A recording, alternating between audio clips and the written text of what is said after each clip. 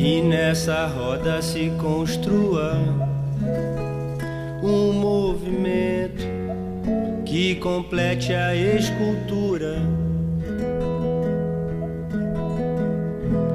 utilizando a mais pura e heterogênea capoeira.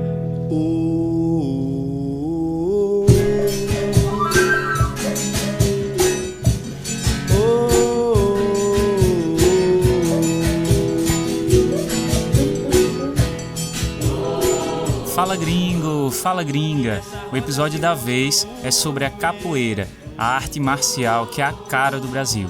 Sabia que antes de se espalhar pelos 4 cantos do mundo, ser reconhecida como patrimônio cultural do país e se tornar símbolo de resistência, a capoeira foi considerada crime?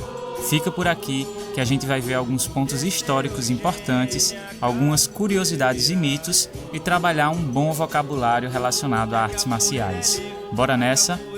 A música que você está ouvindo é do grupo Beira-Mar, chama-se Movimento Novo e está disponível no YouTube.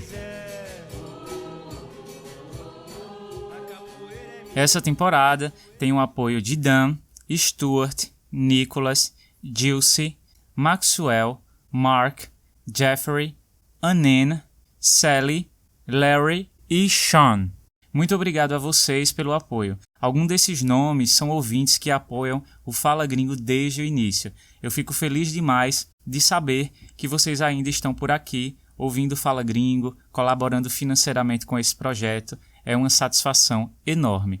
Na correria da vida, eu deixei passar despercebido, mas em julho desse ano o Fala Gringo fez 3 anos. Sou muito grato e feliz de ter começado esse projeto e, sobretudo, de ter persistido nele. Dá trabalho demais, mas todo o processo é muito prazeroso porque eu me divirto muito fazendo, aprendo muito e sinto que vale muito a pena porque a audiência do Fala Gringo é incrível, sério, gente. Cada vez que vocês mandam uma mensagem ou escrevem um feedback, eu tenho consciência ainda mais de que o Fala Gringo está levando algo bom aí até o seu fone de ouvido, a sua caixinha de som, e isso se converte em motivação. Então, gratidão pela força que vocês vêm dando. Para quem está conhecendo o Fala Gringo agora e tiver interesse em contribuir com o projeto também, é só acessar falagringopodcast.com. Claro que também existem outras formas de você ajudar o projeto que não financeiramente, recomendando aos seus colegas, indicando o Fala Gringo nas redes sociais, em blogs ou deixando um review na Apple Podcasts ou Spotify. Sem mais, bora falar de capoeira.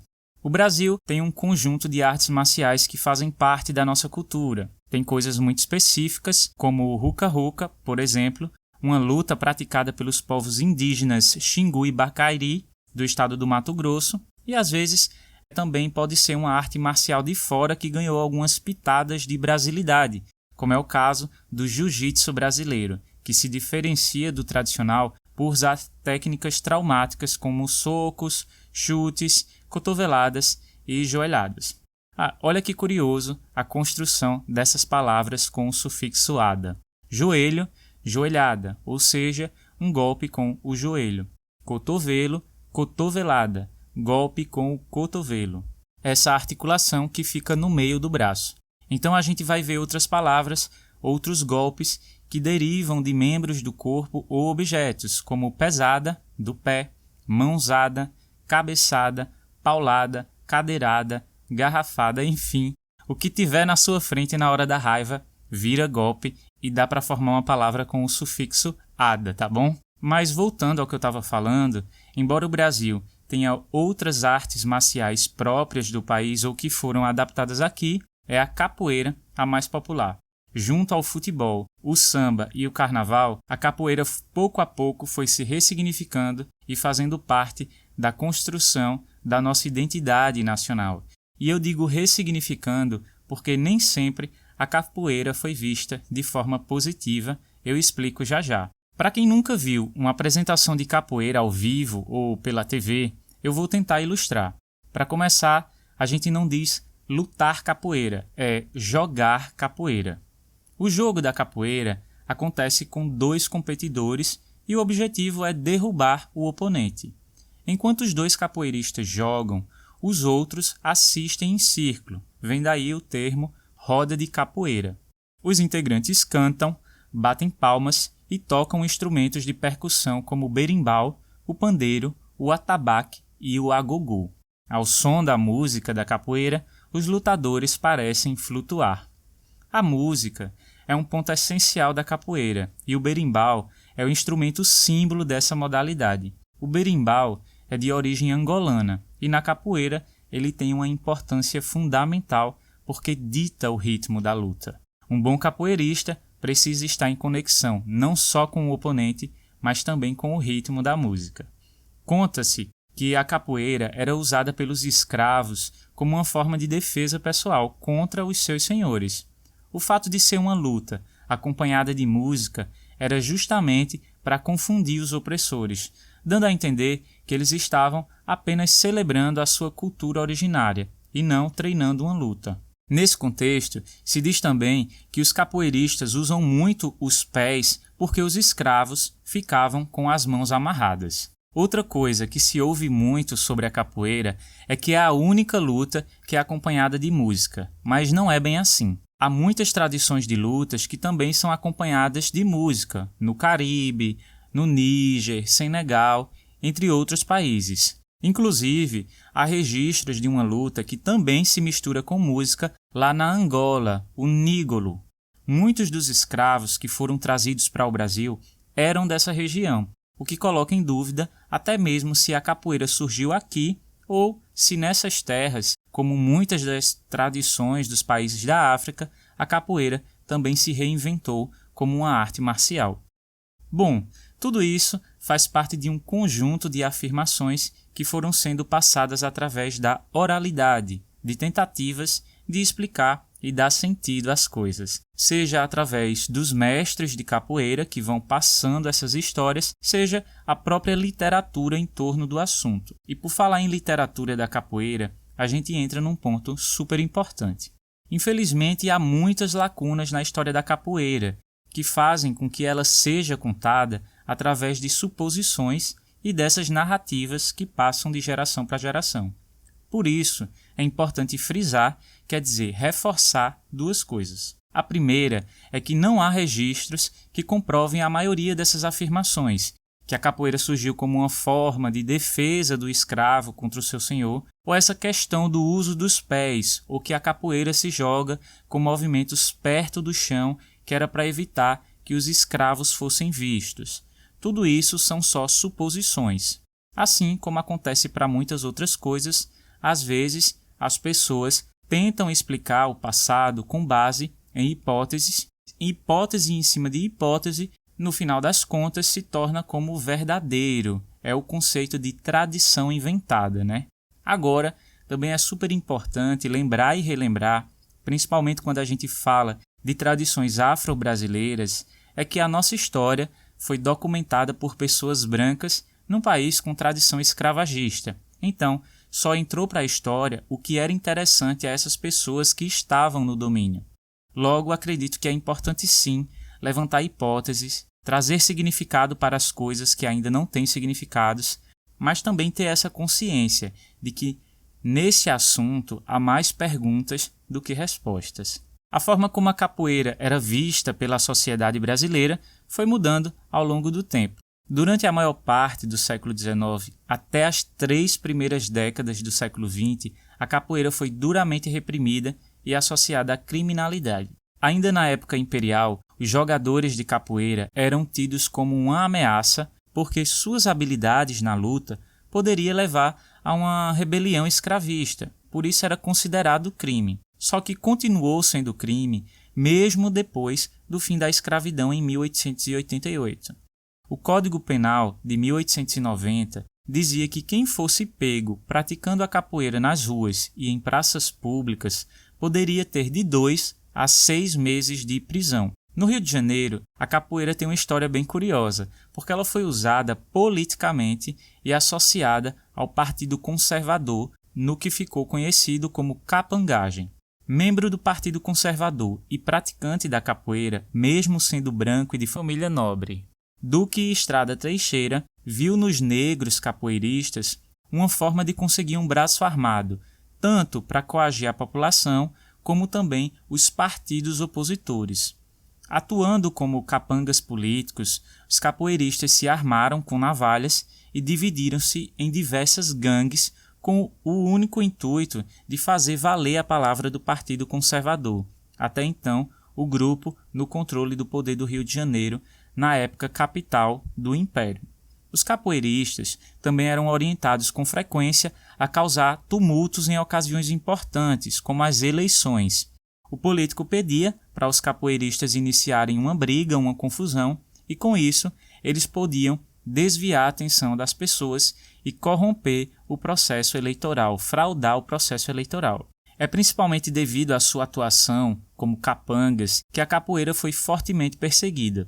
Há notícias de vários capoeiristas que foram punidos e enviados para trabalho forçado nas ilhas de Fernando de Noronha, em Pernambuco.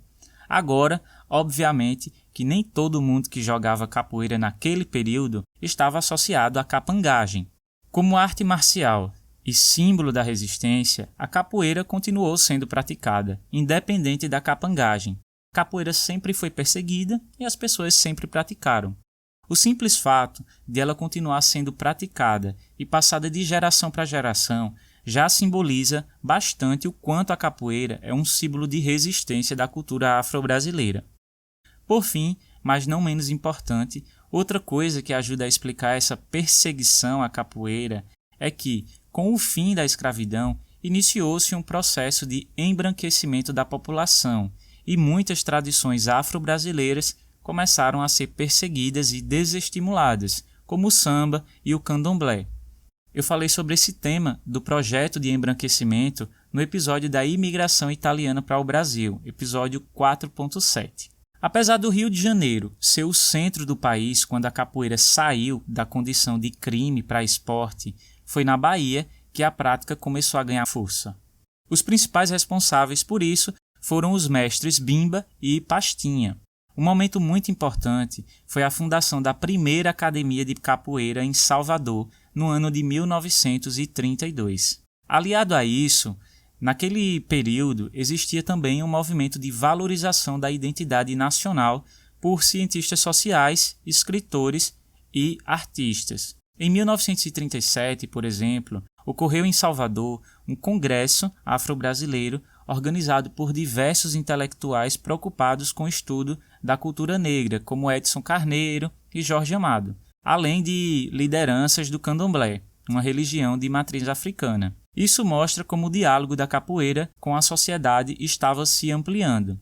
Nesse mesmo ano, Mestre Bimba organiza uma apresentação de capoeira para o então presidente Getúlio Vargas, e a capoeira é, por fim, descriminalizada. Hoje, há registros das suas atividades em mais de 100 países e em todos os continentes. Inclusive, a reivindicação para que a prática de capoeira um dia seja considerada modalidade olímpica. No Brasil, se praticam 3 linhas de capoeira: capoeira Angola, regional e contemporânea. A capoeira Angola é a modalidade mais antiga. Consiste em golpes mais baixos, próximos do solo, possui um ritmo musical mais lento e durante a roda os praticantes não batem palmas. Já na capoeira regional, que foi criada pelo mestre Bimba, o primeiro mestre a fundar uma escola, a capoeira regional possui um ritmo musical mais rápido e seco, além de movimentos mais suaves. Enquanto alguns integrantes jogam a capoeira, os outros participantes ficam em pé, cantando e batendo palmas. Já na capoeira contemporânea, que é uma prática mais recente que surgiu na década de 70, você vai encontrar aspectos tanto da capoeira Angola quanto da capoeira regional. É como se fosse uma mistura. A finalidade dessa categoria é realizar movimentos mais rápidos e mais enérgicos. Por fim, eu queria falar sobre a presença feminina na capoeira, até porque foi justamente uma mulher que sugeriu esse episódio. A Lea é do Uruguai, começou fazendo capoeira lá, mas agora está morando em Israel, onde continua jogando capoeira. Muito obrigado pela sua sugestão, Lea. É sempre bom quando vocês enviam sugestões, porque, por mais que eu já tenha alguns tópicos anotados aqui, às vezes eu não estou muito convencido, e só o fato de saber que um tema interessa a um determinado grupo de ouvintes, e isso já me dá uma motivação a mais para pesquisar o assunto. Bom, estima-se que 35% das pessoas que praticam capoeira no Brasil são mulheres. Agora, o número daquelas que chegam à condição de mestras ainda é muito baixo, principalmente quando se considera a capoeira Angola, do tipo mais tradicional. E claro, por ser um ambiente majoritariamente masculino, construído dentro dessa ideia de masculinidade, força, virilidade, as mulheres praticantes de capoeira ainda encontram muitas resistências e preconceitos. A presença feminina na capoeira começa a aumentar a partir do momento em que a capoeira se torna mais popular, quando deixa de ser vista como negativa e passa a ser vista como um produto cultural característico da identidade brasileira. E aí chegam não apenas as mulheres, mas também as crianças. Também a capoeira sendo ensinada em escolas, academias e centros culturais ajuda a manter a diversidade dessa roda. Ainda que poucos, há registros de mulheres que jogavam capoeira já na década de 1920 e 1930, antes de ela ser descriminalizada. No livro Capoeira, Identidade e Gênero, ensaios sobre a história social da capoeira no Brasil, de Josivaldo Oliveira e Luiz Leal, os autores apresentam a Salomé, que é descrita por um mestre de capoeira como uma mulher que cantava no samba e jogava na capoeira. Num depoimento que eles recolheram com o mestre Atenilo, ele cita Salomé sendo bem enfático ao falar da bravura da mulher. Abre aspas. Você encostava, ela passava a rasteira e te botava de pernas para o ar. Entrava no batuque e lhe derrubava 3 vezes. E era valente. Salomé se tornou uma personagem da memória da capoeira baiana, tem até música que fala dela, mas como eu estava dizendo, são poucos os registros que citam mulheres capoeiristas mesmo, embora exista uma vasta documentação de jornais e folhetos da época que identificavam mulheres com características semelhantes à de Salomé, quer dizer, valentes, que enfrentavam homens nas ruas, talvez algumas delas se tratassem de mulheres capoeiras também. Adão, Adão, oi, cadê Salomé? Adão, vai, cadê Salomé? Adão, foi pra Ilha de Maré. Adão, Adão, oi, cadê Salomé? Adão, vai, cadê Gente, Salomé? hoje eu não usei nenhuma expressão idiomática que seja realmente necessário explicar aqui, mas eu separei 4 palavrinhas relacionadas com a capoeira e que são bem constantes no português do dia a dia. Assim a gente consegue fazer aquele cruzamento de vocabulário e ampliar o nosso conhecimento. A primeira delas é a própria capoeira em si. Como muita coisa na capoeira, nem a origem da palavra se tem certeza, mas muitos autores defendem que a palavra vem do tupi, língua dos indígenas nativos do Brasil. Assim, capoeira significaria clareira no mato ou mato baixo, ou seja, uma vegetação baixa cercada de uma vegetação mais alta. O principal movimento da capoeira é chamado de ginga. A ginga é um movimento que os capoeiristas ou as capoeiristas fazem balançando o corpo para frente e para trás. Esse movimento é responsável por dar esse ar de dança para a capoeira. Dessa palavra se deriva a palavra gingado, que é bastante usado no nosso dia a dia. Quando a gente diz que alguém tem gingado, queremos dizer que alguém dança com certa naturalidade, que faz o corpo se mover harmoniosamente. Outra palavra muito presente na capoeira é mandinga.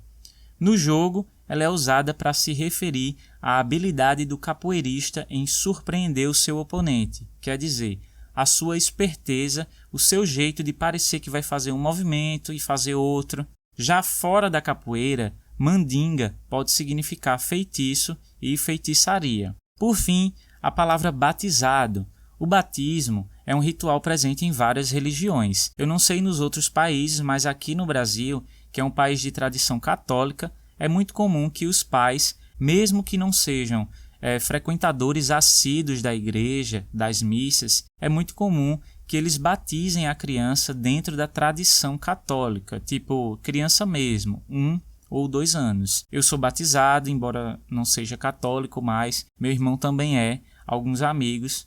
Hoje o catolicismo vem perdendo força no Brasil e isso está diminuindo um pouquinho.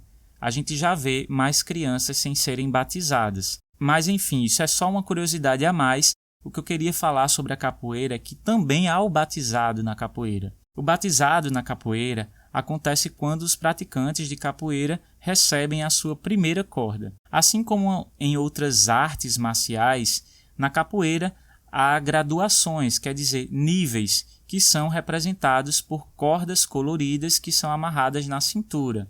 Então, quando esses praticantes vão receber a sua primeira corda, é também a ocasião do batismo. Esse é o momento do batizado.